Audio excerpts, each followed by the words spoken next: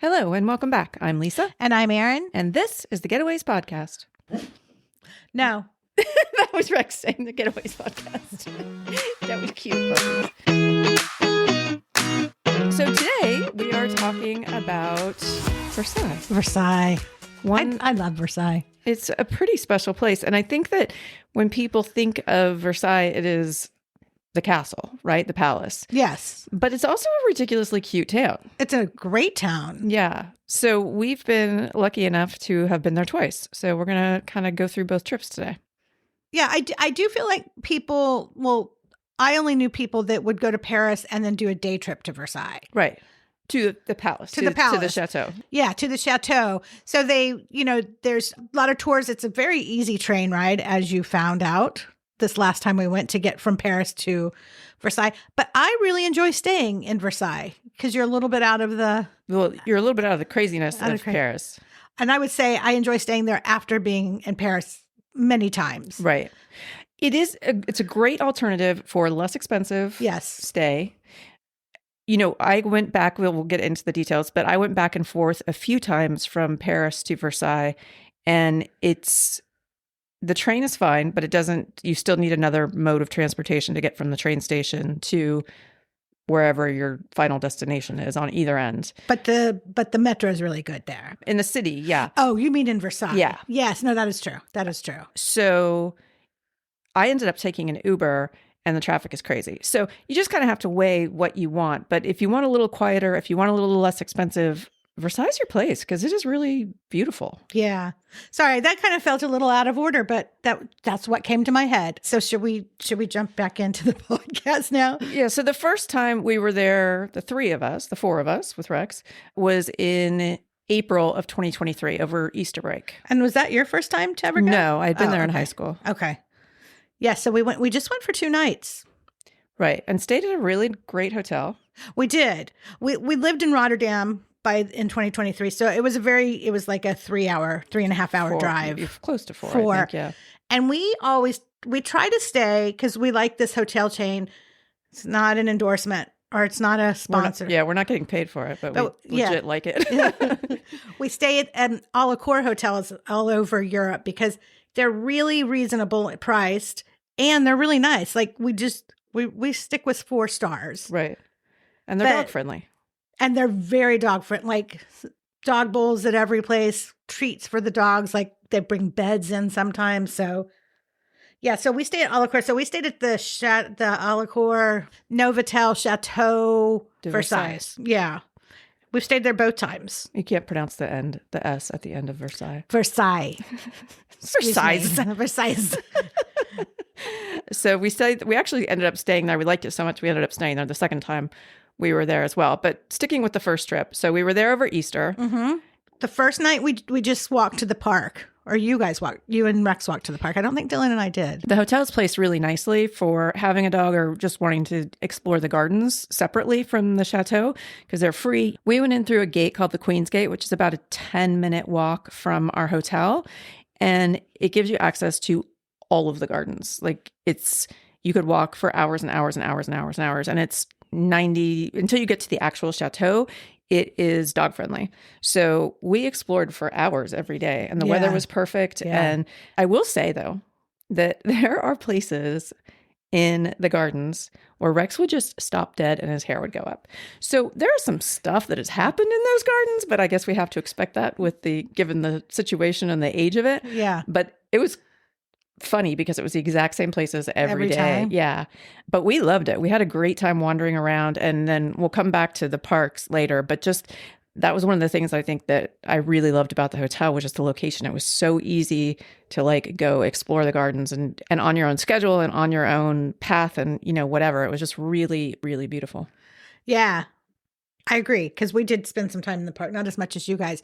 So on Saturday, we went and we did the chateau tour. We went to Petit Trianon, mm-hmm. which that's my favorite part of the chateau, I believe. Which that is Marie Antoinette's house. And that's why it was the Queen's Gate for me too, is because it goes right over to Petit Trianon. And it's just it's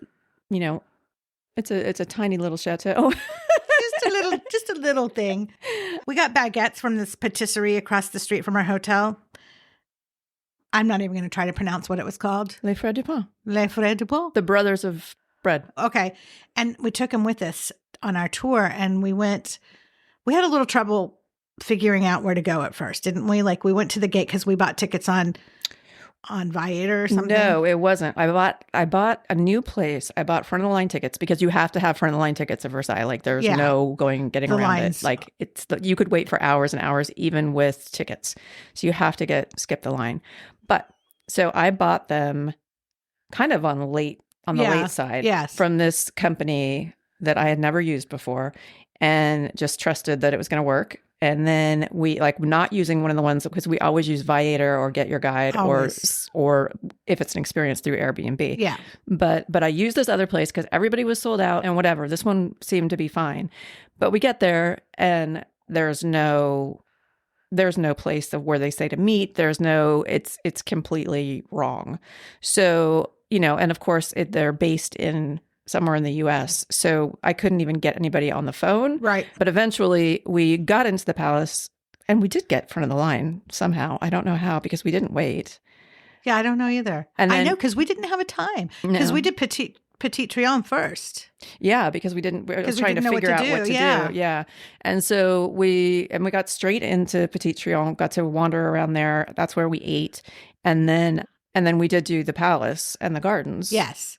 So in Petit Trianon, we did the chateau, the little chateau, and then we brought our sandwiches and we went out into her gardens right out like at Petit Trianon. So we found a bench in the garden and we sat down, we pulled out our drinks and pulled out our baguettes. I took pictures of my bag. We had a great lunch. Uh-huh. And then we found out this last trip that's a big no-no. Well, and what was funny was, do you remember? Then everybody else kind of looked at us and then sat down and pulled out their lunches. And we're like, oh, maybe it just took one to say it was okay. But it turns out it's not okay. It's against the rules. Yeah. But it was a beautiful lunch. It was. And it was beautiful.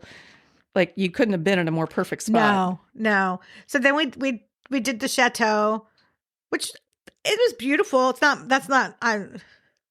not my favorite thing. It's something everybody should see. It's something everyone should see. Yes. And then we went out to the main gardens, but we didn't spend much time. We did the little train through the gardens, which was lovely.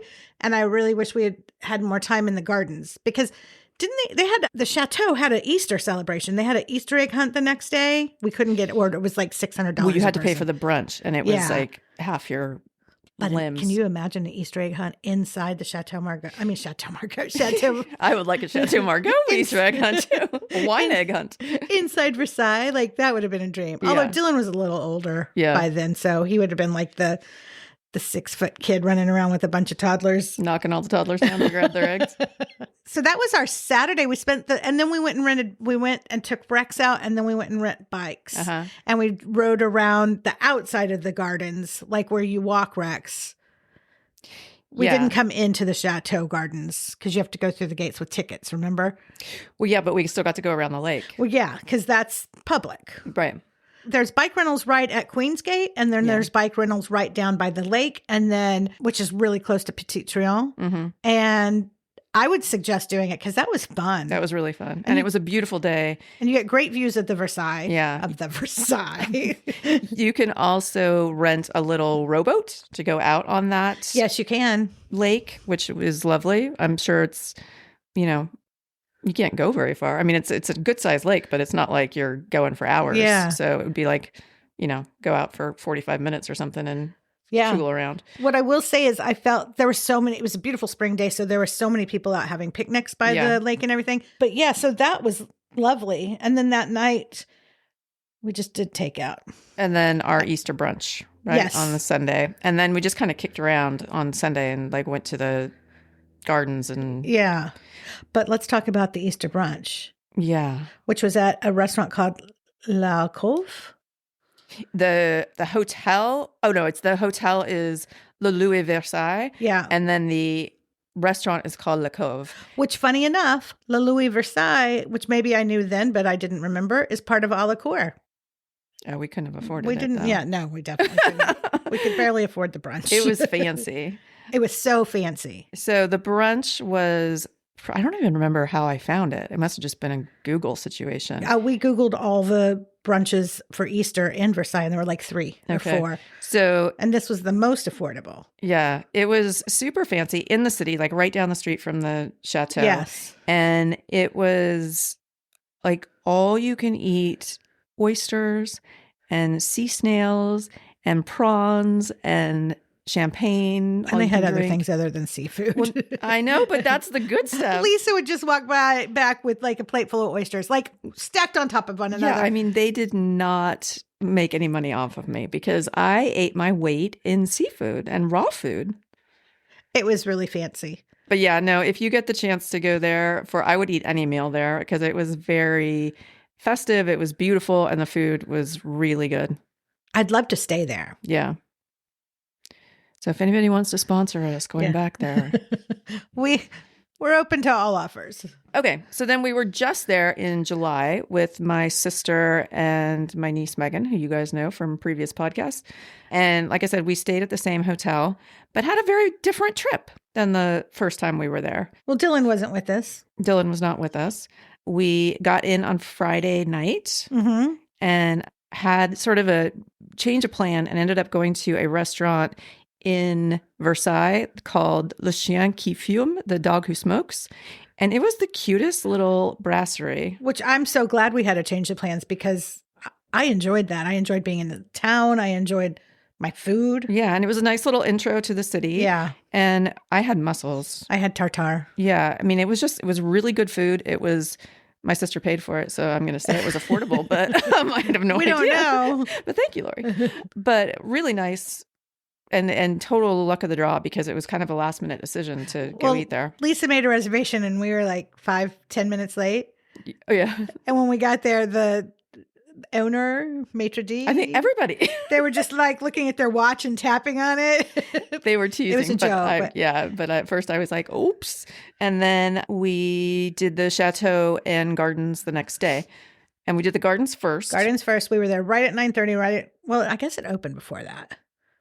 Well, so I had made front of the line reservations, skip the line for 9:30, which meant that you could and you had an hour and a half on either end to go in. Oh, okay. So we decided that we would do the gardens first because we were a little bit worried about it getting crowded and things getting crazy. So we did the gardens and we were kind of wandering around, and then we saw the train that we talked about that we did the short version of before, and we kind of like ran up there because there was a huge tour group, and I was like, we got to get in front of them. So we ran. And when we got to the little hut that they do the train tickets, we looked to the right and saw that there were golf carts that you could rent to drive around the gardens. Like on your own. Yes. And we said, yes, please. So it didn't open for 20 minutes? Yeah. So we Megan and I stood in the front so we could make sure to get it. Because they do sell out because the time before we didn't even see them. Right. Because they were out. So we stood there and waited for like 20 minutes and got a golf cart. Best thing I've ever done. Yeah, it was so fun. And so Megan drove and we were passengers, and you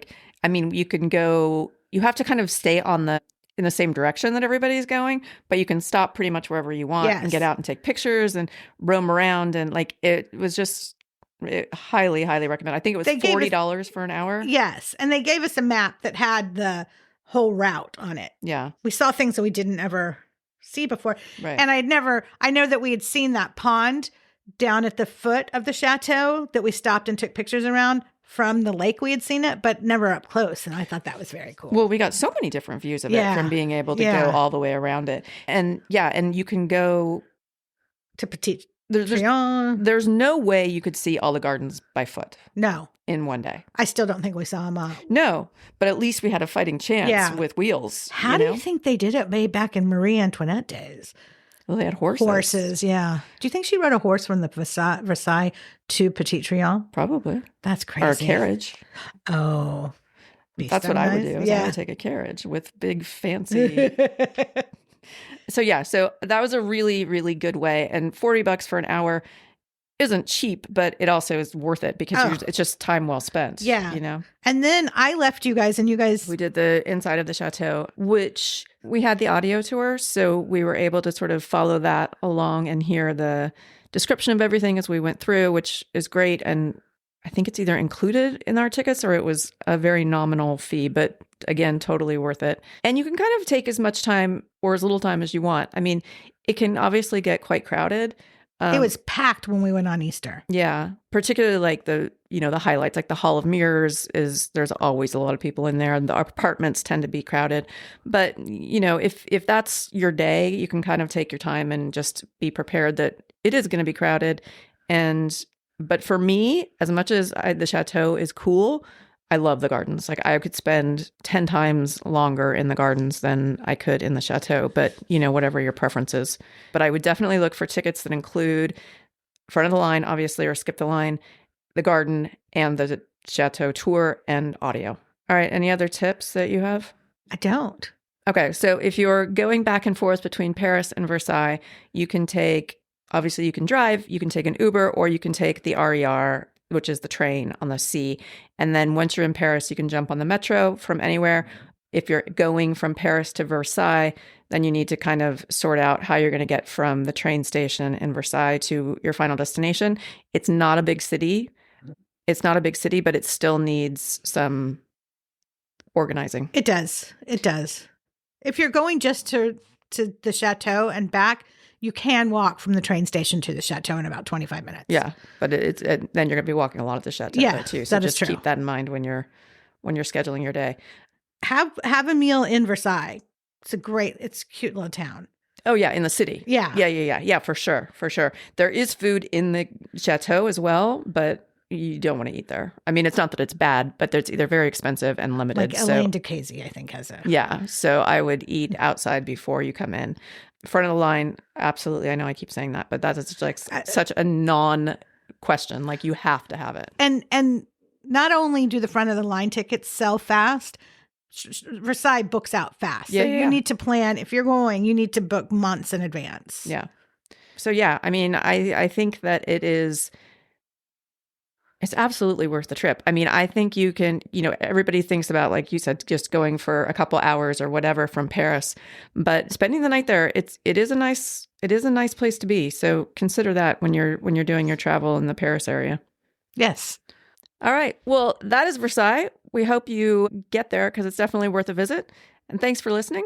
Check out our website at www.thegetawayswithaz.com, and we'll see you next week. Thanks for listening. Bye.